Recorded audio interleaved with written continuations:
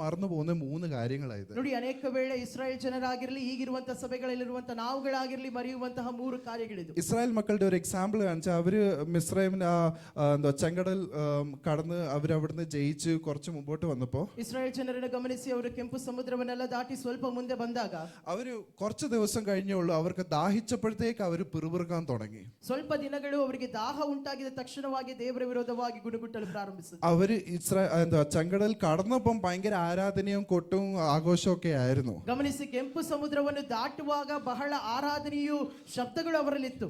പക്ഷെ കുറച്ചൊന്ന് ദാഹം വന്നപ്പോഴത്തേക്ക് അവര് പിറുപിറുക്കാൻ തുടങ്ങി. ಆದ್ರೆ ಸ್ವಲ್ಪ ದಾಹವಾಗಿದ ತಕ್ಷಣವಾಗಿ ಗುಣಗುಟ್ಟಲು ಪ್ರಾರಂಭಿಸಿದರು. അവിടെ ഇംഗ്ലീഷിൽ അവിടെ ഒരു വാക്യം എഴുതിയിട്ടുണ്ട്, എനിക്ക് എക്സാക്ട് വേർഡ്സ് ഓർമ്മ വരുന്നില്ല, പക്ഷെ ആ വാക്യം ഒന്ന് ഗോഡ് പ്രൂവ്ഡ് ദം. ನೋಡಿ, ಆಂಗ್ಲ ಭಾಷೆಯಲ್ಲಿ ಈ ರೀತಿಯಾಗಿ ಬರೆದಿದೆ, ವಾಕ್ಯನ ನನಗೆ ನೆನಪಿಲ್ಲ, ಆದ್ರೆ ದೇವರು ಅವರಿಗೆ ತಿಳಿಸಿಕೊಟ್ಟನು, ಅದನ್ನು ಅವರಿಗೆ ತೋರಿಸಿಕೊಟ್ಟನು ಎಂಬುದಾಗಿ ಹೇಳ್ತದೆ. ദൈവം അവർക്ക് തെളിയിച്ചു കൊടുത്തു. ದೇವರು ಅವರಿಗೆ ತಿಳಿಸಿಕೊಟ್ಟನು. എന്തുവാ തെളിയിച്ചത്? ಏನದು ತಿಳಿಸಿಕೊಟ್ಟದು? നീ കുറച്ചു ദിവസം മുമ്പ് വരെ നീ ആരാധിച്ചത്, ಸ್ವಲ್ಪ ದಿನದ ಹಿಂದೆ ನೀನು ಆರಾಧನೆ ಮಾಡಿದೆ, എന്റെ അത്ഭുതം കണ്ടപ്പോ നീ കൊട്ടിയതും ആരാധിച്ചതും ഘോഷിച്ചതും എല്ലാം, ನನ್ನ ಅದ್ಭುತಗಳನ್ನು ನೋಡಿದಾಗ ನೀನು ಕೈ ತಟ್ಟಿದೆ, ಆರಾಧಿಸಿದೆ, ನೀನು ಘೋಷಣೆ ಮಾಡಿದೆ, അത് ഇത്രക്കിത്രേ ഉള്ളൂ എന്ന് ദൈവം പ്രൂവ് ചെയ്തു. ಅದು ಇಷ್ಟಕ್ಕಿಷ್ಟೇ ಇದೆ ಎಂಬುದಾಗಿ ದೇವರು ദൈവം നമ്മുടെ ജീവിതത്തിൽ ചില കഷ്ടതകൾ അനുവദിക്കുന്നുണ്ടോ? ದೇವರು ಕೆಲವೊಮ್ಮೆ ನಮ್ಮ ಜೀವಿತದಲ್ಲಿ ಕಷ್ಟಗಳನ್ನು ಅನುಮತಿಸ್ತಾರೆ. ಗಮನಿಸಿ, അത് നമ്മൾ ആക്ച്വലി ആരാന്ന് തെളിയിക്കാൻ വേണ്ടിയാ. ಆದ್ರೆ ಅದನ್ನು ನಾವು ಯಾರೆಂಬುದಾಗಿ ತಿಳಿದುಕೊಳ್ಳುವಂತೆ ಕಳಿಸುವಂತ, അത് നമ്മളെ മറ്റുള്ളവരുടെ മുമ്പിൽ നാണക്കെടുത്താനല്ല, ಮತ್ತೊಬ್ಬರ ಮುಂದಾಗಿ ಅವಮಾನ ಪಡಿಸುವಂತಲ್ಲ, പക്ഷെ നമ്മൾ ആരാണെന്ന് തിരിച്ചറിഞ്ഞ്, ಆದ್ರೆ ಬದಲಾಗಿ ನಾವು ಯಾರೆಂಬುದಾಗಿ ತಿಳಿದುಕೊಂಡು, നമ്മുടെ ജീവിതത്തിലെ കുറവുകൾ എന്താണെന്ന് തിരിച്ചറിഞ്ഞ്, ನಮ್ಮ ಜೀವಿತದಲ್ಲಿ ಕೊರತೆಗಳು ಏನೆಂಬುದಾಗಿ ತಿಳಿದುಕೊಂಡು വീണ്ടും ദൈവസന്നിധിയിലേക്ക് കടന്നു വരാൻ വേണ്ടിയാ, ಮತ್ತೆ ದೇವರ ಸನ್ನಿಧಾನಕ್ಕೆ ಹಿಂತಿರುಗಿ ಬರಬೇಕೆಂಬುದಾಗಿ. ജസ്റ്റ് ഇമാജിൻ, അങ്ങനെ ഒരു സിറ്റുവേഷൻ ഇസ്രായേൽ മക്കളുടെ ജീവിതത്തിൽ വന്നില്ലായിരുന്നെങ്കിൽ, ಗಮನಿಸಿ, ಒಂದು ವೇಳೆ ಆ ರೀತಿಯಾದಂತ ಸಂದರ್ಭವು ಇಸ್ರಾಯೇಲ್ ಜನರಿಗೆ ಬರದೆ ಹೋದ್ರೆ, ദൈവം വന്നിട്ട് പറയുക, നീ ആരാധിക്കുന്നത് പൂർണ്ണ ഹൃദയത്തോടല്ല, നീ ജസ്റ്റ് ഒരു ഫോർമാലിറ്റിക്ക് വേണ്ടി ആരാധിക്കുന്നതെന്ന് പറയുമായിരുന്നെങ്കിൽ, ಸುಮ್ಮನೆ ದೇವರು ಬಂದು ಬಾಯಿ ಮಾತಿನಲ್ಲಿ ನೀನು ಆರಾಧಿಸುವಂತದ್ದು ಪೂರ್ಣವಾದಂತ ಹೃದಯದಿಂದೆಲ್ಲ ನಿನ್ನ ಬಾಯಲ್ಲಿ ಮಾತ್ರ ಸುಮ್ಮನೆ ಆರಾಧಿಸಿದೆ ಎಂಬುದಾಗಿ ಹೇಳಿದ್ರೆ, നമ്മളായിരുന്നെങ്കിലും ഇസ്രായേൽ മക്കളായിരുന്നെങ്കിലും ആദ്യം പറയുന്ന കാര്യം അങ്ങനൊന്നുമല്ല. ನಾವಾಗಿರ್ಲಿ, ಇಸ್ರಾಯೇಲ್ ಜನರಾಗಿರ್ಲಿ, ಮೊದಲು ಹೇಳುವಂತದ್ದು ಹಾಗೇನೂ ಅಲ್ಲ. പത്രോസ് പറയുന്ന പോലെ ഞാൻ നിന്നെ പൂർണ്ണമായിട്ട് മൊത്തമായിട്ട് സ്നേഹിക്കുന്നു. ಪೇತ್ರನು ಹೇಳುವ ಪ್ರಕಾರವಾಗಿ ನಾನು ಪೂರ್ಣವಾಗಿ ನಿನ್ನನ್ನು ಪ್ರೀತಿಸ್ತೇನೆ. ആ സ്നേഹത്തോടാ ഞാൻ ഈ ആരാധിക്കുന്ന മൊത്തം. ಆ ಪ್ರೀತಿಯಿಂದಲೇ ಈ ಆರಾಧನೆ ನಾನು ನಿನಗೆ ಸಲ್ಲಿಸುತ್ತೇನೆ. പക്ഷെ അങ്ങനെ പറയാതിരിക്കാൻ വേണ്ടിയാ ദൈവം അങ്ങനെ ഒരു സിറ്റുവേഷൻ കൊടുത്തത്. ನೋಡಿ, ಆ ರೀತಿ ಹೇಳದೇ ಇರಬೇಕೆಂಬುದಾಗಿ ದೇವರು ಆ ರೀತಿ ಸಂದರ್ಭವನ್ನು ಒದಗಿ. അപ്പം ഈ ഫെസ്റ്റിവലിൽ കൂടെ ദൈവം അവരെ ഓർപ്പിക്കുന്ന ഒരു കാര്യം എന്ന് വെച്ചാൽ, ಈ ಹಬ್ಬದ ನಿಮಿತ್ತವಾಗಿ ದೇವರು ಅವರಿಗೆ ನೆನಪಿಸುವಂತ ಕಾರಣ, no matter what situation you are going through right now, ಈಗ ನೀವು ಯಾವ ಸಂದರ್ಭದಲ್ಲಿ ಹಾದು ಹೋದ್ರೂ ಪರವಾಗಿಲ್ಲ, നീ ഓർക്കേണ്ട കാര്യം എന്ന് വെച്ചാൽ ദൈവം നമുക്ക് വേണ്ടി ചെയ്ത കാര്യം. ಆದ್ರೆ ನೀನು ನೆನಪಿಸಿಕೊಳ್ಳಬೇಕಾಗಿರುವಂತದ್ದು ದೇವರು ನಮಗಾಗಿ ಇಂದಿನ ಕಾಲದಲ್ಲಿ ಮಾಡಿದ್ದು. വേറൊരു വിശ്വാസം നമ്മൾ എടുത്തു നോക്കുക, ദാവീദിന്റെ ഒരു വിശ്വാസം നമുക്ക് എടുത്തു നോക്കാം. ದಾವೀದನ ನಂಬಿಕೆಯನ್ನು ಕುರಿತಾಗಿ ತೆಗೆದು ನೋಡಿ ಗಮನಿಸಿ. ആദ്യമേ സിംഹത്തെ കൊന്നു, ಪ್ರಥಮವಾಗಿ ಆತನು ಸಿಂಹವನ್ನು ಕೊಂದನು, പിന്നെ കരടിയെ കൊന്നു, ನಂತರವಾಗಿ ಕರಡಿಯನ್ನು ಕೊಂದನು, പിന്നെ അവസാനം ഗോലിയാത്തിനെ കൊല്ലാൻ വരുന്നു. ಕೊನೆಯದಾಗಿ ಗೋಲಿಯಾತನನ್ನು ಸಾಯಿಸುವುದಕ್ಕೂ ಬಂದನು. ഓരോ പ്രശ്നങ്ങൾ കഴിഞ്ഞപ്പോഴും ദാവീദിന്റെ വിശ്വാസം കൂടിയാ വന്നത്. ನೋಡಿ, ಒಂದೊಂದು ಸಮಸ್ಯೆಗಳು ಆತನು ದಾಟಿ ಬಂದಾಗ ಆತನ ನಂಬಿಕೆ ಹೆಚ್ಚಾಯಿತು. ദാവീദ് പറയുന്നത്, എന്റെ സിംഹത്തെ കൊല്ലാനും കരടിയെ കൊല്ലാനും കൂടെ നിന്ന ദൈവം ഈ ഗോലിയാത്തിനെ കൊല്ലാനും എന്റെ കൂടെ നിൽക്കും. ನೋಡಿ, ದಾವೀದನು ಹೇಳುತ್ತಿರುವಂತದ್ದು, ಈ ಸಿಂಹವನ್ನು ಕರಡಿಯನ್ನು ಕೊಳ್ಳುವುದಕ್ಕೆ ನನ್ನ ಜೊತೆ ನಿಂತ ದೇವರು ಈ ಗೋಲಿಯಾತನನ್ನು ಕೊಳ್ಳುವುದಕ್ಕೂ ನನ್ನ ಜೊತೆ ನಿಲ್ಲುತ್ತಾನೆ. ഒരിടത്ത് ഒരു കൂട്ടം പ്രശ്നം വന്നപ്പോ അവരുടെ വിശ്വാസം വാടിയപ്പോ, ഇവിടെ ദാവീദ് ഓരോ പ്രശ്നം കഴിയുമ്പോഴും വിശ്വാസം കൂടിയാ വന്നേ. ನೋಡಿ, ಒಂದು ಗುಂಪು ಜನರಿಗೆ ಕಷ್ಟಗಳು ಬಂದಾಗ ಅವರ ನಂಬಿಕೆ ಕುಗ್ಗಿ ಹೋದಾಗ, ಇಲ್ಲಿ ದಾವೀದನ ಜೀವಿತದಲ್ಲಿ ನಂಬಿಕೆ ಹೆಚ್ಚಾಗುವುದನ್ನು ನೋಡ್ತೇವೆ. കാരണം ദാവീദിന് അറിയാം, കരടിയെ കൊന്നത് എന്റെ കഴിവല്ല. ಕಾರಣ ದಾವೀದನಿಗೆ ಚೆನ್ನಾಗಿ ಗೊತ್ತಿತ್ತು, ಕರಡಿಯನ್ನು ಕೊಂದದ್ದು ನನ್ನ ಬಲದಿಂದ ಅಲ್ಲ, സിംഹത്തെ കൊന്നത് എന്റെ കഴിവല്ല, ಸಿಂಹವನ್ನು ಕೊಂದದ್ದು ನನ್ನ ಸಾಮರ್ಥ್ಯವಲ್ಲ. അപ്പം ആ കരടിയെ കൊല്ലാനും സിംഹത്തെ കൊല്ലാനും എന്റെ കൂടെ നിന്ന ദൈവം ഈ ഗോലിയാത്തിനെ കൊല്ലാനും എന്റെ കൂടെ നിൽക്കും. ಆ ಸಿಂಹವನ್ನು ಕರಡಿಯನ್ನು ಕೊಳ್ಳುವುದಕ್ಕೆ ನನ್ನ ಜೊತೆ ನಿಂತ ದೇವರು ಈ ಗೋಲಿಯಾತನನ್ನು ಕೊಳ್ಳುವುದಕ್ಕೂ ನನ್ನ ಜೊತೆ ನಿಲ್ಲುತ್ತಾನೆ. ഇത് തന്നെയാണ് നമുക്കും നമ്മുടെ ക്രിസ്തീയ ജീവിതത്തിൽ വേണ്ടത്. ಗಮನಿಸಿ, ಇದೇ ನಮಗೂ ನಮ್ಮ ಕ್ರೈಸ್ತ ಜೀವಿತದಲ್ಲಿ ಬೇಕಾಗಿರುವಂತ. നമ്മൾ ഓരോ സൺഡേ ഇവിടെ ആരാധിക്കാൻ വരുമ്പോ, ಪ್ರತಿ ಭಾನುವಾರ ನಾವು ಇಲ್ಲಿ ಆರಾಧನೆಗಾಗಿ ಬರುವಾಗ, ഈ ആരാധനയെ കൂടെ ദൈവം എന്നെ ഇനിയും വിടുവിക്കട്ടെ എന്ന് പറയുവാനല്ല, അല്ല, ಈ ಆರಾಧನೆಯ ಮುಂದಾಗಿ ದೇವರು ನನ್ನನ್ನು ಬಿಡಿಸಲಿ ಎಂಬುದಾಗಿ ಅಲ್ಲ, ദൈവം എന്നെ വിടുവിച്ചതും എന്നെ കൊണ്ടുവന്നതും ഓർത്ത് ദൈവത്തെ നന്ദി പറയാനാ. ದೇವರು ನಮ್ಮನ್ನು ಬಿಡಿಸದ್ದು, ನಮ್ಮನ್ನು ತಂದದನ್ನು ನೆನೆಸಿ ನಾವು ದೇವರಿಗೆ ಸ್ತೋತ್ರ ഹല്ലേലൂയ. ಹಾಲೆಲೂಯ. ഞാൻ കുറച്ച് മുമ്പോട്ട് കടന്നു വരികയാണ്. അപ്പൊ ഈ ഫെസ്റ്റിവലിൽ നടക്കുന്ന ഒരു കാര്യം എന്ന് വെച്ചാൽ, ನೋಡಿ ನಾನು ಮುಂದಕ್ಕೆ ಬರ್ತೇನೆ. ಈ ಹಬ್ಬ ನಡೆಯುವುದಕ್ಕೆ ಕಾರಣ, ഇതിന്റെ ലാസ്റ്റ് ഡേയില് ಈ ಕೊನೆ ದಿನಗಳಲ್ಲಿ ഇന്ത്യ പ്രീസ്റ്റ് ചെയ്യുന്ന ഒരു കാര്യമുണ്ട്. ನೋಡಿ ಆ ಯಾಜಕನು ಮಾಡಬೇಕಾಗಿರುವಂತಹ ಒಂದು ಕಾರ್ಯ ಉಂಟು. അവിടെ പുള്ളി എന്താ ചെയ്യുന്നതെന്ന് വെച്ചാൽ, പ്രീസ്റ്റ് സീലോം എന്ന് പറയുന്ന ഒരു റിവറിൽ ചെന്നിട്ട് വെള്ളം കോരും. ಸೀಲೋಮ್ ಎಂಬುದಾಗಿ ಹೇಳುವಂತಹ ಒಂದು ನದಿಯ ಬಳಿಗೆ ಹೋಗಿ ಈ ಯಾಜಕನು ನೀರು ಸೇದುತ್ತಾನೆ. എന്നിട്ട് അവിടുന്ന് വെള്ളം കോരിയിട്ട് ഈ യാഗം നടത്തിയ ഈ ഓൾട്ടറിന്റെ മണ്ടയ്ക്ക് വെള്ളം ഒഴിക്കും. ನೋಡಿ ಅಲ್ಲಿಂದ ನೀರು ಸೇದಿ ಇಲ್ಲಿ ಹಬ್ಬ ನಡೆಯುವಂತಹ ಯಜ್ಞದ ವೇದಿಯಲ್ಲಿ ಆತನು ಆ ನೀರನ್ನು ಒಯ್ಯಬೇಕು. എന്നിട്ട് ഈ വെള്ളം ഒഴിക്കുന്നിടത്ത് ആ പുള്ളി നടന്നു പോകുന്ന കോട്ടിയാടുണ്ട്. ನೋಡಿ ಆ ನೀರನ್ನು ಹಾಕುವಂತಹ ಸ್ಥಳದಲ್ಲಿ ಆ ಜನವು ಆ ಯಾಜಕನು ನಡೆಯುವಂತಹ ಒಂದು ಸ್ಥಳ ಉಂಟು. ആ കോട്ടിയാട്ടില് വലിയ വലിയ ഈ ലാംപ് സ്റ്റാൻഡ്സ് വെച്ചിട്ടുണ്ട്. ನೋಡಿ ಆ ಒಂದು ಸ್ಥಳದಲ್ಲಿ ದೊಡ್ಡ ದೊಡ್ಡ ದೀಪಸ್ತಂಭಗಳು ಇಟ್ಟಿದೆ. ഹല്ലേലൂയ. അപ്പൊ ആ ലാംപ് സ്റ്റാൻഡ് അവരെ ഓർപ്പിക്കുന്നത് എന്തെന്ന് വെച്ചാ, ಆ ಒಂದು ದೀಪಸ್ತಂಭ ಅವರಿಗೆ ನೆನಪಿಸುವಂತದ್ದು, അത് അവരെ ഓർപ്പിക്കുന്നത് മിസ്രൈമിൽ അവർ നടന്നു പൊക്കോണ്ടിരുന്നപ്പോൾ ദൈവ അഗ്നിത്തൂണായി അവരുടെ യാത്രയിൽ ഉണ്ടായിരുന്ന ഒരു കാര്യം ഓർപ്പിക്കാൻ വേണ്ടിയാ ലാംപ് സ്റ്റാൻഡ് വെച്ചേക്കുന്നത്. ನೋಡಿ ಆ ದೀಪಸ್ತಂಭ ಅವರಿಗೆ ನೆನಪಿಗೆ ತರುವಂತದ್ದು, ಇಸ್ರಾಯೇಲಿಂದ ಐಗುಪ್ತ ದೇಶದಿಂದ ಅವರು ಬರುವಾಗ ಅವರಿಗೆ ರಾತ್ರಿಯಲ್ಲಿ ಅಗ್ನಿಸ್ತಂಭವಾಗಿ ದೇವರು ಜೊತೆ ನಿಂತನೆಂಬುದಾಗಿ ಇರುವುದನ್ನು ನೆನಪಿಸಿಕೊಳ್ಳುವುದಕ್ಕೆ. അപ്പം ഈ പ്രീസ്റ്റ് ഇങ്ങനെ വെള്ളം ഒഴിച്ചതിന് ശേഷമാണ് യേശുക്രിസ്തു ഈ കാര്യം ഇവിടെ എഴുന്നേറ്റ് എന്ന് പറയുന്നത്. ನೋಡಿ ನಂತರವಾಗಿ ಈ ಯಾಜಕನು ಈ ರೀತಿಯಾಗಿ ನೀರು ಹೊಯ್ದ ನಂತರವಾಗಿಯೇ ಅಲ್ಲಿ ಯೇಸು ಕ್ರಿಸ್ತನು ಎದ್ದು ನಿಂತು ಹೇಳುವಂತದ್ದು. ഹല്ലേലൂയ. ഇതിൽ എന്നെ ചിന്തിപ്പിച്ച ഒരു കാര്യം എന്തെന്ന് വെച്ചാൽ, ಇದರಲ್ಲಿ ನನ್ನನ್ನು ಚಿಂತಿಸಿದಂತಹ ಅಥವಾ ನನ್ನ ಆಲೋಚನೆಗೆ ಬಂದಂತ ಕಾರ್ಯ, നമ്മൾ ദൈവത്തിന്റെ വിശ്വസ്തതയെ ഓർത്ത്, ನಾವು ದೇವರ ನಂಬಿಗಸ್ತಿಕೆಯನ್ನು ನೆನೆಸಿ, ദൈവത്തിന്റെ കരുതലിനെ ഓർത്ത്, ದೇವರ ನಮ್ಮ ಮೇಲಿಟ್ಟಿರುವಂತಹ ಕರುಣೆಯನ್ನು ನೆನೆಸಿ, ദൈവം നമുക്ക് വേണ്ടി ചെയ്ത എല്ലാ കാര്യങ്ങളെ ഓർത്തുകൊണ്ട്, ದೇವರು ನಮಗಾಗಿ ಮಾಡಿದಂತೆ ಎಲ್ಲ ಕಾರ್ಯಗಳನ್ನು ನೆನಪಿಸಿಕೊಂಡು, നമ്മൾ ദൈവത്തിന്റെ അടുക്കലേക്ക് കടന്നു വരുമ്പോ, ನಾವು ದೇವರ ಹತ್ತಿರಕ್ಕೆ ಸಮೀಪಕ್ಕೆ ಬರುವಾಗ നമ്മൾ ചെയ്യേണ്ട കാര്യം എന്തെന്ന് വെച്ചാൽ, ನಾವು ಮಾಡಬೇಕಾಗಿರುವಂತಹ ಕಾರ್ಯ ഇനിയും നമ്മളെ നടത്താൻ വേണ്ടി പ്രാർത്ഥിക്കുകയോ ആരാധിക്കുകയോ ചെയ്യുകയോ അല്ല ചെയ്യേണ്ടത്. ನೋಡಿ, ಇನ್ನು ಮುಂದೆಯೂ ನಮ್ಮನ್ನು ನಡೆಸಲಿ ಎಂಬುದಾಗಿ ನಾವು ಪ್ರಾರ್ಥನೆ ಮಾಡುವಂತದ್ದಲ್ಲ. ആ ദൈവത്തിന്റെ മുൻപാകെ നമ്മളെ തന്നെ ഒരു യാഗമായി സമർപ്പിക്കണം. ಆ ದೇವರ ಮುಂದಾಗಿ ನಮ್ಮನ್ನೇ ಒಂದು ಯಜ್ಞವಾಗಿ ದೇವರ ಮುಂದಾಗಿ ಸಮರ್ಪಿಸಬೇಕು. എന്നെ ഈ നടത്താൻ കഴിവുള്ള ഈ വിശ്വസ്തനായ ദൈവത്തിന്റെ മുമ്പാകെ ഞാൻ എന്നെ തന്നെ അങ്ങ് സമർപ്പിക്കുക. ನನ್ನನ್ನು ನಡೆಸಲು ಶಕ್ತನಾಗಿರುವಂತಹ ಈ ನಂಬಿಗಸ್ತನಾದಂತ ದೇವರ ಮುಂದಾಗಿ ನನ್ನನ್ನೇ ನಾನು ಸಮರ್ಪಿಸುತ್ತಿದ್ದೇನೆ ಎಂಬುದಾಗಿ ಹೇಳಬೇಕು. അതുകൊണ്ട് പൗലോസ് റോമാലേഖനത്തിൽ പറഞ്ഞ offer your self as a living sacrifice. ಆದ್ದರಿಂದಲೇ ಪೌಲನು ರೋಮಪುರದವರಿಗೆ ಬರೆಯುವಾಗ ಹೇಳುವಂತದ್ದು, ನಿಮ್ಮನ್ನೇ ಸಜೀವ ಬಲಿಯಾಗಿ ದೇವರ ಮುಂದಾಗಿ ಅರ್ಪಿಸಿ. അവിടെ സാക്രിഫൈസ് എന്ന് പറഞ്ഞേക്കുന്ന ഒരു കാര്യം, അത് ബേൺഡ് ഓഫറിംഗ് ഞാൻ കാണിക്കുന്നത്. ನೋಡಿ, ಬಲಿ ಎಂಬುದಾಗಿ ಹೇಳುವಾಗ ಅದು ಅಗ್ನಿಯಲ್ಲಿ ಸುಡುವಂತಹ ಬಲಿಯನ್ನು ಸೂಚಿಸುತ್ತದೆ.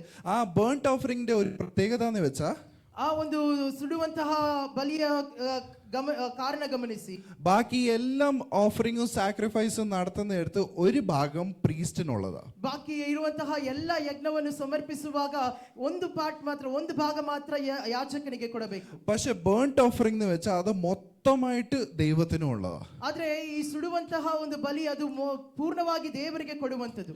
അപ്പൊ ഒരാള് ബേൺഡ് ഓഫറിംഗ് ചെയ്യുമ്പോൾ, ಆಗ ಒಮ್ಮನು ಈ ರೀತಿಯಾಗಿ ಯಜ್ಞವನ್ನು ಅರ್ಪಿಸುವಾಗ, ആ യാഗവസ്തുവിന്റെ എല്ലാ parts, even each and every single bone, അത് കത്തി എരിയണം.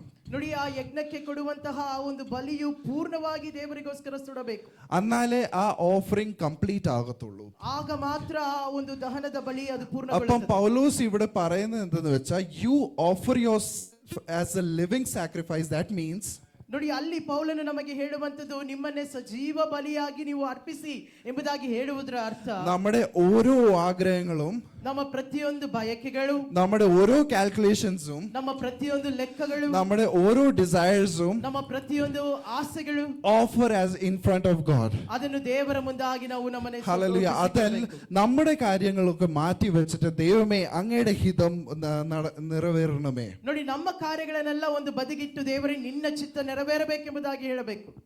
അപ്പൊ അങ്ങനെ പ്രാർത്ഥിക്കുന്ന ഒരാളുടെ മണ്ടയ്ക്ക് കർത്താവ് പറയുന്നത്, you come to me, I'll fill you with water. ನೋಡಿ, ಆಗ ದೇವರು ಹೇಳುವಂತದ್ದು, ಪ್ರಾರ್ಥಿಸುವಂತ ವ್ಯಕ್ತಿ, ನೀನು ನನ್ನ ಬಳಿಗೆ ಬಾ, ಆಗ ನಾನು ನಿನಗೆ ನೀವು ಬೇಕಾಗಿರುವುದನ್ನು അത് ಕೊಡುತ್ತೇನೆ. ചുമ്മാ ഒരു വെള്ളമല്ല, ജീവജലമാണ് അത്. ನೋಡಿ, ಅಲ್ಲಿ ವಾಕ್ಯ ಹೇಳುವಂತದ್ದು ಸುಮ್ಮನೆ ಇರುವಂತಹ ಒಂದು ನೀರಲ್ಲ, ಅದು ಜೀವ ಜಲವಾಗಿದೆ. അവിടെ ഒരു പ്രത്യേകത എഴുതി, ഇംഗ്ലീഷിൽ അതിന് ഹാർട്ട് എന്ന് എഴുതിയിരിക്കുന്നത്. ಆಂಗ್ಲ ಭಾಷೆಯಲ್ಲಿ ಅದನ್ನು ಹೃದಯ ಎಂಬುದಾಗಿ ಬರೆಯಲ್ಪಟ್ಟಿದೆ. പക്ഷെ ആക്ച്വൽ അതിന്റെ ഗ്രീക്ക് ട്രാൻസ്ലേഷൻ അല്ല, അതിന്റെ ആക്ച്വൽ ട്രാൻസ്ലേഷൻ എടുത്ത് നോക്കിയാൽ ഉള്ളിൽ നിന്ന് വരുന്ന പറഞ്ഞു. അവിടെ ഹാർട്ട് എന്ന കാർഡിയോ അല്ല യൂസ് ചെയ്തേക്കുന്നത്. ಆದ್ರೆ ಅದರ ಮೂಲ ಭಾಷೆಯಲ್ಲಿ ನೀವು ಗಮನಿಸುವುದಾದ್ರೆ ನಮ್ಮ ಒಳಗಿಂದ ಬರಬೇಕೆಂಬುದಾಗಿ ಬರೆದಿದೆ. That means it comes from in depth. ನೋಡಿ, ಅದರ ಅರ್ಥ ನಮ್ಮ ಒಳಗೆ ಆಳದಿಂದ ಬರಬೇಕು. അത് ആർക്കും കാണാനും നിങ്ങൾക്ക് പോലും ചിലപ്പോൾ അതിനെ കുറിച്ച് അറിയത്തില്ല. ಅದು ಯಾರಿಗೂ ಕಾಣಲು ಸಾಧ್ಯವಿಲ್ಲ, ಒಂದು ವೇಳೆ ನಮಗೂ ಸಹ ನೋಡಲು ಸಾಧ್ಯವಾಗುವುದಿಲ್ಲ. അതുപോലെ ഒരു ഉള്ളിൽ നിന്നാണ് പുറത്തോട്ട് കവിയുന്നത്. ಆ ರೀತಿಯಾದಂತ ಒಂದು ಜಲ ನಮ್ಮ ಒಳಗಿಂದ ಹೊರಗೆ ಬರುವಂತದ್ದು. This is what Christ wants from his church. ಇದನ್ನೇ ದೇವರು ತನ್ನ ಸಭೆಯಿಂದ ಬಯಸುವಂತದ್ದು. നമ്മുടെ ആരാധനയും നമ്മുടെ ദൈവശക്തിയും ഈ 4 ഭിത്തിയുടെ ചുറ്റും അളവിൽ അകത്തിക്കാനല്ല. ನೋಡಿ, ನಮ್ಮ ಆರಾಧನೆಯು ಈ 4 ಗೋಡೆಗಳ ಮಧ್ಯದಲ್ಲಿ ಮಾತ್ರವಲ್ಲ, ഇത് ഒഴുകി വെളിയിലോട്ട് പോകണം. ಇದು ನಮ್ಮಿಂದ ಹೊರಸೂಸಬೇಕು. ഇത് ഒഴുകി വെളിയിലോട്ട് പോകണമെങ്കിൽ ಇದು ನಮ್ಮಿಂದ ಹೊರಸೂಸಬೇಕಾದ್ರೆ നമ്മുടെ ഉള്ളിൽ നിന്ന് ഇത് നിറയണം. ಅದು ನಮ್ಮ ಒಳಗೆ ತುಂಬಲ್ಪಡಬೇಕು. നമ്മുടെ ഉള്ളിൽ നിന്ന് ഇത് നിറയണമെങ്കിൽ ನಮ್ಮ ಒಳಗೆ ಅದು ತುಂಬಲ್ಪಡಬೇಕಾದ್ರೆ നമ്മൾ ഒരു യാഗമായി സമർപ്പിക്കണം. ನಾವು ನಮ್ಮನ್ನು ಒಂದು ಯಜ್ಞವಾಗಿ നമ്മുടെ ಸಮರ್ಪಿಸಬೇಕು. എല്ലാ ഡിസയേഴ്സും, ನಮ್ಮ ಎಲ್ಲ ಬಯಕೆ, നമ്മുടെ എല്ലാ കാൽക്കുലേഷൻസും, ನಮ್ಮ ಎಲ್ಲ ಲೆಕ್ಕಾಚಾರಗಳು, നമ്മൾ പലരും നമ്മുടെ പിള്ളേരെ കുറിച്ചും നമ്മളെ കുറിച്ചും നമ്മുടെ ജീവിതത്തെ കുറിച്ചും പല കാര്യങ്ങൾ കാൽക്കുലേറ്റ് ചെയ്ത് വെച്ചേക്കുന്നു. ನೋಡಿ, ನಾವು ಅನೇಕರು ನಮ್ಮ ಮಕ್ಕಳ ಕುರಿತಾಗಿ, ನಮ್ಮ ಭವಿಷ್ಯದ ಕುರಿತಾಗಿ, ನಮ್ಮ ಜೀವಿತ ಕುರಿತಾಗಿ ಅನೇಕ ಲೆಕ್ಕಾಚಾರಗಳನ್ನು ಇಟ್ಟಿರ್ತೇವೆ. പക്ഷെ കർത്താവ് പറയുന്നത് ഞാൻ നിങ്ങൾക്ക് വേണ്ടി ഓൾറെഡി എല്ലാം പ്രിപ്പയർ ചെയ്തേക്കുക. ಆದ್ರೆ ಕರ್ತನು ಹೇಳುವಂತದ್ದು, ನಿಮಗಾಗಿ ನಾನು ಈಗಾಗಲೇ ಎಲ್ಲವನ್ನು ಸಿದ್ಧ You ಮಾಡಿಟ್ಟಿದ್ದೇನೆ. seek first the kingdom of God and his righteousness. ದೇವರು ಹೇಳ್ತಿರುವಂತದ್ದು, ನೀನು ಮೊದಲು ದೇವರ ರಾಜ್ಯವನ್ನು, ನೀತಿಯನ್ನು ಹುಡುಕು. ഈ ലോകത്ത് വേണ്ടതെല്ലാം ഞാൻ നിങ്ങൾക്ക് ഓൾറെഡി പ്രിപ്പയർ ചെയ്ത് വെച്ചേക്കുക. ಈ ಲೋಕದಲ್ಲಿ ನಿನಗೆ ಬೇಕಾಗಿರುವುದೆಲ್ಲವನ್ನು ಈಗಾಗಲೇ ನಾನು ಸಿದ್ಧ ಮಾಡಿಟ್ಟಿದ್ದೇನೆ. The only responsibility that we church have is ನಮಗಿರುವಂತಹ ಒಂದೇ ಒಂದು ಕರ್ತವ್ಯ ಏನು ಗೊತ್ತಾ? നമ്മൾ ദൈവത്തിന്റെ രാജ്യം, മുൻപേ അവന്റെ രാജ്യവും നീതിയും ನಾವು ಮೊದಲು ದೇವರ ರಾಜ್ಯ, ದೇವರ ನೀತಿಯನ್ನು നമ്മൾ ಹುಡುಕಬೇಕು. അന്വേഷിക്കുന്ന അത് മാത്രമേ ഉള്ളൂ. ನಾವು ಹುಡುಕಬೇಕಾಗಿರುವಂತದ್ದು ಅಷ್ಟೇ. ബാക്കി നമുക്ക് ജീവനും ഭക്തിക്കും വേണ്ട ഈ ലോകത്തിൽ വേണ്ടതെല്ലാം കർത്താവ് ഓൾറെഡി പ്രിപ്പയർ ചെയ്തിട്ടുണ്ട്. ಉಳಿದಿರುವಂತದ್ದು ನಮ್ಮ ಜೀವನಕ್ಕೆ ಬೇಕಾಗಿರುವಂತ ಎಲ್ಲವನ್ನು ದೇವರು ಈಗಾಗಲೇ ಸಿದ್ಧ ಮಾಡಿಟ್ಟಿದ್ದಾನೆ. ಹಾಲೆಲೂಯಾ.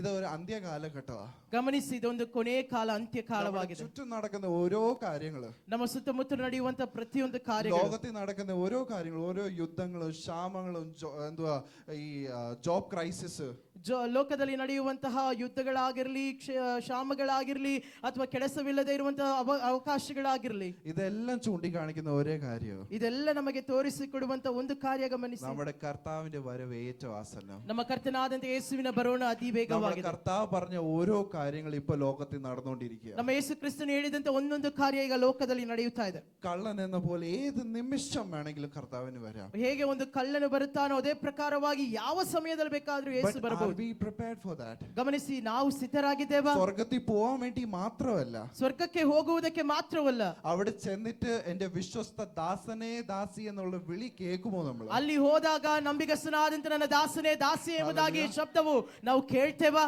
ഈ ദിവസങ്ങളിൽ അതാണ് നമ്മൾ ഫോക്കസ് ചെയ്യേണ്ടത്. ಈ ದಿನದಲ್ಲಿ ನಾವು ನಮ್ಮ ಗಮನ ಕೊಡಬೇಕಾಗಿರುವಂತದ್ದು നമ്മൾ പ്രാർത്ഥിക്കേണ്ടത്. ಅದಕ್ಕಾಗಿ ನಾವು ಪ್ರಾರ್ಥಿಸಬೇಕು.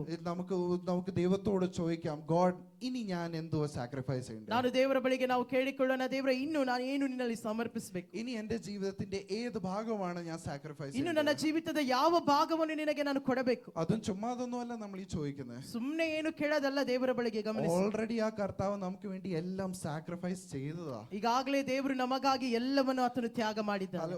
പണ്ട് ഒരു വട്ടം ഞാൻ ക്യാമ്പിൽ പോയപ്പോ, ಕೆಲವು ದಿನಗಳ ಹಿಂದೆ ನಾನೊಂದು ಕ್ಯಾಂಪ್ಗೆ ಹೋದಾಗ അന്ന് പ്രസംഗിച്ച ദേവദാസൻ മുടിയനെ പുത്രന്റെ കാര്യം പറഞ്ഞു. ನೋಡಿ, ಅಲ್ಲಿ ದೇವದಾಸರು ಒಂದು ದೇವರ ವಾಕ್ಯದಿಂದ ಒಂದು ಮಗನ ಕುರಿತಾಗಿ ಹೇಳಿದ್ರು. അന്ന് മുതൽ ആ മുടിയനെ പുത്രന്റെ ആ സ്റ്റോറി എന്നെ വല്ലാണ്ട് ടച്ച് ചെയ്തു.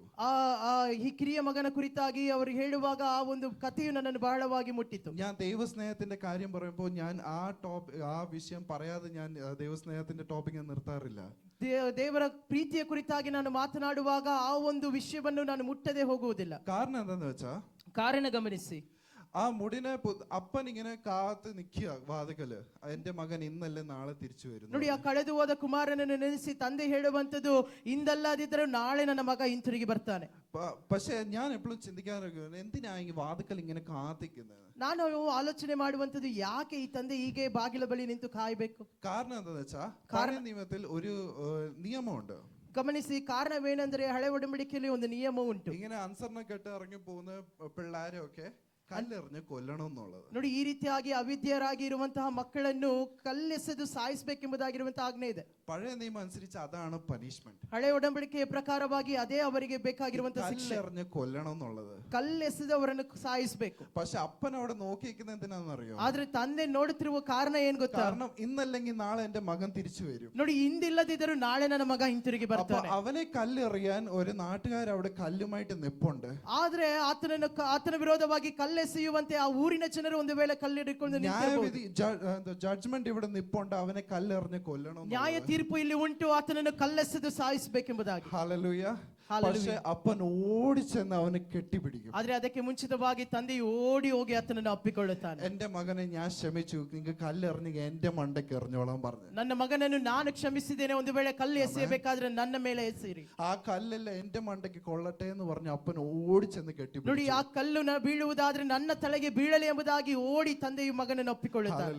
ഹല്ലേലൂയ. കാൽവരി ക്രൂസിൽ നമുക്ക് കിട്ടേണ്ട എല്ലാ മരണവും എല്ലാ വേദനയും നമ്മുടെ കർത്താവ് അവിടെ ക്രൂസിൽ ഏറ്റു. ಕಲ್ವಾರಿ ಶಿಲುಬೆಯ ಮೇಲೆ ನಮಗೆ ಸಿಗಬೇಕಾದಂತ ಎಲ್ಲ ನೋವುಗಳನ್ನು ಕರ್ತನಾದಂತ ಯೇಸು ಕ್ರಿಸ್ತನು ಹೊಂದಿಕೊಂಡ. ഹല്ലേലൂയ.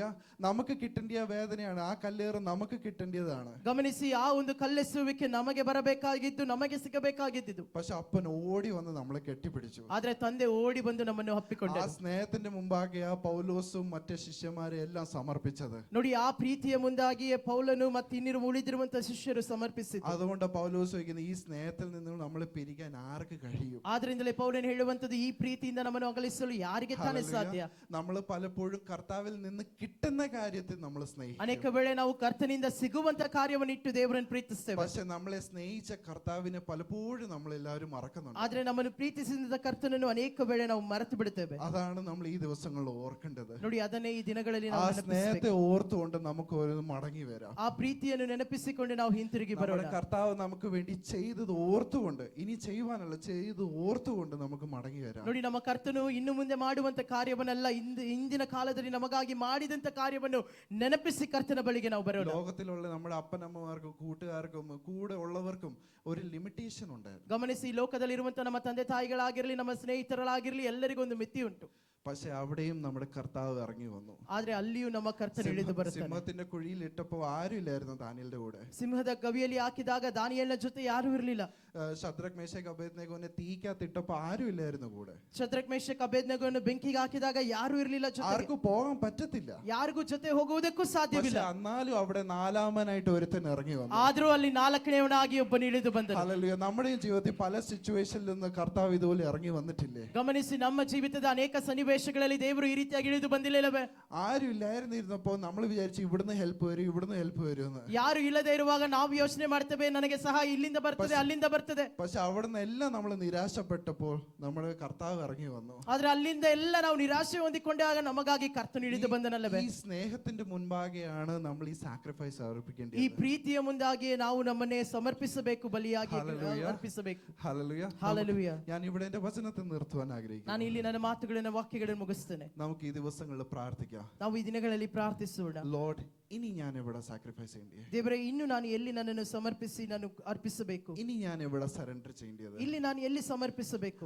ഒരു ദേവദാസന്റെ ഒരു സ്റ്റോറി പറഞ്ഞിട്ട് ഞാൻ പെട്ടെന്ന് അവസാനിപ്പിക്കാം. ಒಂದು ದೇವದಾಸರ ಕಥೆಯನ್ನು ಹೇಳಿ ನಾನು ನಿಲ್ಲಿಸಲು ಬಯಸ್ತೇನೆ. ഒരു മിഷണറി ഉണ്ടായിരുന്നു, പുള്ളിയുടെ പേര് ഞാൻ ഇപ്പോ ഓർക്കുന്നില്ല. ಒಂದು ಮಿಷನರಿಯ ಒಂದು ಕಥೆಯಾಗಿತ್ತು, ಆ ವ್ಯಕ್ತಿಯ ಹೆಸರು ನನಗೆ ನೆನಪಿಲ್ಲ. പുള്ളി കാടുകളിൽ ഇങ്ങനെ ട്രൈബൽ ആൾക്കാരുടെ ഇടയിൽ ഇങ്ങനെ പ്രവർത്തിക്കുന്ന ഒരാളാണ്. ನೋಡಿ, ಅರಣ್ಯದ ಮಧ್ಯದಲ್ಲಿ ಅನೇಕ ಜಾತಿಗಳ ಮಧ್ಯದಲ್ಲಿ ಆ ಒಂದು ಮಿಷನರಿ ಹೋಗುವಂತಹ ಸೇವೆ. അപ്പം ഒരു ബൈബിൾ സ്കൂളിൽ നിന്ന് 2 സ്റ്റുഡൻസ് ഈ പുള്ളിയുടെ കൂടെ പ്രവർത്തിക്കാനായിട്ട് ഇവിടെ വന്നു. ಆಗ ಸತ್ಯವೇದದ ಶಾಲೆಯಿಂದ 2 ಮಕ್ಕಳು ಈ ವ್ಯಕ್ತಿಯ ಜೊತೆಗೆ ಈ ಮಿಷನರಿಯ ಜೊತೆಗೆ ಅವರು ಸಹ ಪ್ರಯಾಣ ಮಾಡಿದ್ರು. അപ്പം അവരിങ്ങനെ കാടിനകത്ത് ഈ മിഷണറിയെ തപ്പി പോയപ്പോ, ನೋಡಿ, ಆಗ ಈ ಅರಣ್ಯದ ಮಧ್ಯದಲ್ಲಿ ಹೀಗೆ ಅವರು ಮುಂದೆ ಸಾಗುತ್ತಾ ಇದ್ದಾಗ അവിടെ ഒരു ട്രൈബൽ ആയിട്ട് ആളെ കണ്ടു. ಅಲ್ಲಿ ಒಂದು ಕುಲದ ಜಾತಿಯನ್ನು ಅಲ್ಲಿ ನೋಡಿದ್ರು. എന്നിട്ട് അയാളോട് പറഞ്ഞു, ഇന്ന ദേവദാസൻ ഇവിടെ താമസിക്കുന്നുണ്ടോ എന്ന് ചോദിച്ചു. ಆ ವ್ಯಕ್ತಿಯ ಬಳಿಗೆ ಕೇಳಿದ್ರು, ಇಂದು ದೇವದಾಸರು ಇಲ್ಲಿ ಇರಬಹುದಾ? അപ്പം പുള്ളി ഒരു ദൂരെ ഒരു മരത്തിന്റെ മുകളിൽ ഇങ്ങനെ ചൂണ്ടിക്കാണിച്ചു. ಆಗ ಆ ವ್ಯಕ್ತಿ ದೂರದಲ್ಲಿರುವಂತಹ ಒಂದು ಮರವನ್ನು ತೋರಿಸಿ ಹೇಳಿದನು. അപ്പൊ ആ മരത്തിന്റെ മേളിൽ ഇങ്ങനെ ചെറിയൊരു വീട് പോലൊക്കെ, വീടല്ല, ചെറുതായിട്ട് ഇങ്ങനെ കടക്കാൻ വേണ്ടി മാത്രമുള്ള ഒരു സ്പേസ് ഉണ്ടാക്കി. ಆ ವೃಕ್ಷದ ಮೇಲೆ, ಆ ಮರದ ಮೇಲೆ ಮಲಗುವುದಕ್ಕೆ ಮಾತ್ರ ಸ್ಥಳವಿರುವಂತಹ ಒಂದು ಸಣ್ಣದಾದಂತಹ ಒಂದು ಗೂಡಾರ ಇತ್ತು. അപ്പൊ അവിടെ എന്തോ അവര് ചെന്നപ്പോ ദേവദാസൻ ആ മരത്തിന്റെ കീഴിൽ ഇങ്ങനെ ഇരിക്കുക. ನೋಡಿ, ಅಲ್ಲಿ ಹೋದಾಗ ಆ ದೇವದಾಸರ ಮರದ ಕೆಳಗೆ ಹಾಗೆ ಇದ್ರು. പുള്ളി ബൈബിൾ ഇങ്ങനെ ഇങ്ങനെ തിരിച്ചു മറിച്ച് എന്താണ്ട് തപ്പിക്കൊണ്ടിരിക്കുക. ನೋಡಿ, ಆ ದೇವದಾಸರು ವಾಕ್ಯವನ್ನು, ಸತ್ಯವೇದವನ್ನು ಆ ಕಡೆ ಈ ಕಡೆ ತಿರುಗಿಸ್ತಾ ಏನೋ ಹುಡುಕ್ತಾ ಇದ್ರು. അപ്പം ഈ സ്റ്റുഡൻസ് ഇങ്ങനെ കുറെ നേരം ഇങ്ങനെ വെയിറ്റ് ചെയ്തു. ഓക്കെ, ലെറ്റ് ഹിം ഫിനിഷ് എന്ന് പറഞ്ഞു. ಆ ವಿದ್ಯಾರ್ಥಿಗಳು ಹೀಗೆ ಸ್ವಲ್ಪ ಹೊತ್ತು ಕಾಯ್ತಾ ಇದ್ರು, ಓಕೆ ಅವರು ಮುಗಿಸ್ಲಿ ಎಂಬುದಾಗಿ. അപ്പൊ നോക്കിയപ്പോ പുള്ളി കുറെ നേരമായിട്ട് ഇങ്ങനെ തപ്പിക്കൊണ്ടിരിക്കുക. He is not thinking about anything else. ಆ ದೇವ ಸೇವಕರು ಬೇರೆ ಏನು ಯೋಚನೆ ಮಾಡದಂತೆ ಸುಮ್ಮನೆ ಸತ್ಯವೇದ ತಿರುಗಿಸ್ತಾ ಇದ್ರು. അപ്പൊ ഈ സ്റ്റുഡന്റ് പറഞ്ഞു, ചെന്ന് പറ, നമ്മുടെ കയ്യിൽ എന്തോ ബൈബിളിന്റെ കമന്ററീസ് ഒക്കെ ഉണ്ട്, എന്തെങ്കിലും വേഴ്സ് ആണെങ്കിൽ നമ്മളോട് പറ, നമ്മൾ പെട്ടെന്ന് തപ്പി തരാന്ന് പറഞ്ഞു. ಆ ವಿದ್ಯಾರ್ಥಿಗಳು ಹೇಳಿದ್ರು, ನಾವು ಹೋಗಿ ಹೇಳೋಣ, ಅವರಿಗೆ ಏನಾದ್ರೂ ವಾಕ್ಯದ ಕಾರ್ಯಗಳು ಬೇಕಾಗಿದ್ರೆ ಎಲ್ಲಿದೆ ಎಂಬುದಾಗಿ ಬೇಕಾದ್ರೆ ನಾವು ಅದನ್ನು ತಿಳಿಸ್ಕೊಡ್ಬೋದು, ನಮ್ಮಲ್ಲಿ ಬೈಬಲ್ ಕಮೆಂಟ್ರಿಗಳು ಉಂಟು. അപ്പം ഒരു സ്റ്റുഡന്റ് ചെന്ന് പറഞ്ഞു, പാസ്റ്റർ എന്തുവാ തപ്പുന്നേ, നമ്മളോട് പറ ഏത് വാക്യ, നമ്മുടെ കയ്യിൽ കമന്ററീസ് ഒക്കെ ഉണ്ട്, പെട്ടെന്ന് തപ്പിയെടുത്ത് തരാന്ന് പറഞ്ഞു. ಆಗ ಒಂದು ವಿದ್ಯಾರ್ಥಿ ಹೋಗಿ ಹೇಳಿದ್ನು, ಪಾಸ್ಟರ್ ಅವರೇ ನೀವೇನು ಹುಡುಕ್ತಾ ಇದ್ರಿ, ಯಾವ ವಾಕ್ಯ ಹುಡುಕ್ತಾ ಇದ್ರಿ ಹೇಳಿ, ನಮ್ಮ ಹತ್ರ ಬೈಬಲ್ ಕಮೆಂಟ್ರಿ ಇದೆ, ಅದನ್ನ ನೋಡಿ ನಾವು ಹೇಳ್ಬೋದು ಎಂಬುದಾಗಿ. അപ്പം ആ ദേവദാസൻ ഈ സ്റ്റുഡൻസിനെ നോക്കിയിട്ട് പറഞ്ഞു, ಆ ದೇವದಾಸನು ಈ ವಿದ್ಯಾರ್ಥಿಗಳನ್ನ ನೋಡಿ ಹೇಳಿದ್ರು, ഈ ബൈബിളിന്റെ എല്ലാ വാക്യവും എനിക്ക് കാണാപ്പാടവാ. ನೋಡಿ, ಈ ಸತ್ಯವೇದದ ಎಲ್ಲ ವಾಕ್ಯಗಳು ನನಗೆ ಗಂಟಪಾಠ. ഏത് വേഴ്സ് നിങ്ങൾ എന്നോട് ഇപ്പം ചോദിച്ചാൽ അതിന്റെ ചാപ്റ്ററും വേഴ്സും എല്ലാം ഞാൻ നിങ്ങൾ ഇപ്പൊ പറഞ്ഞുതരാം. ಯಾವ ವಾಕ್ಯ ಎಲ್ಲಿದೆ ಎಂಬುದಾಗಿ ನೀವು ನನ್ನನ್ನು ಕೇಳಿದ್ರೆ ನಾನು ಈಗಲೇ ಅದರ ವಾಕ್ಯವನ್ನು ಕರೆಕ್ಟ್ ಆಗಿ ಸರಿಯಾಗಿ ಹೇಳ್ತೇನೆ. അപ്പൊ ഈ സ്റ്റുഡൻസ് ചോദിച്ചു, പിന്നെ നിങ്ങൾ എന്തോ ഈ തപ്പുന്നേ? ನಂತರವಾಗಿ ವಿದ್ಯಾರ್ಥಿಗಳು ಕೇಳಿದ್ರು, ಮತ್ತೆ ಏನ್ ಹುಡುಕ್ತಾ ಇದ್ರಿ? അപ്പൊ അദ്ദേഹം പറഞ്ഞ ഒരു കാര്യം, ಆ ದೇವದಾಸರು ಹೇಳಿದಂತ ಕಾರ್ಯ, ഞാൻ ഇതിനകത്ത് തപ്പുന്ന എന്താന്ന് വെച്ചാൽ ഇനി എന്തെങ്കിലും ഉണ്ടോ, ನಾನು ಹುಡುಕುತ್ತಿರುವಂತದ್ದು ಇನ್ನೂ ಏನಾದ್ರೂ ಈ ವಾಕ್ಯದಲ್ಲಿ ಇದೆಯಾ, ഞാൻ എന്റെ കർത്താവിന് വേണ്ടി ചെയ്യാൻ ഇനിയും എന്തെങ്കിലും ബാക്കി ഉണ്ടോ, ನನ್ನ ದೇವರಿಗೋಸ್ಕರ ನಾನು ಮಾಡುವುದಕ್ಕೆ ಇನ್ನೂ ಏನಾದ್ರೂ ಬಾಕಿ ಇದೆಯಾ. Hallelujah, hallelujah, hallelujah. ಹಾಲೆಲೂಯ. നമ്മൾ എപ്പോഴെങ്കിലും ഇങ്ങനെ ഒരു ചോദ്യം ചോദിച്ചിട്ടുണ്ടോ? ನಾವು ಯಾವಾಗಾದ್ರೂ ಈ ರೀತಿಯಾದ ಪ್ರಶ್ನೆ ಕೇಳಿದ್ದೇವಾ?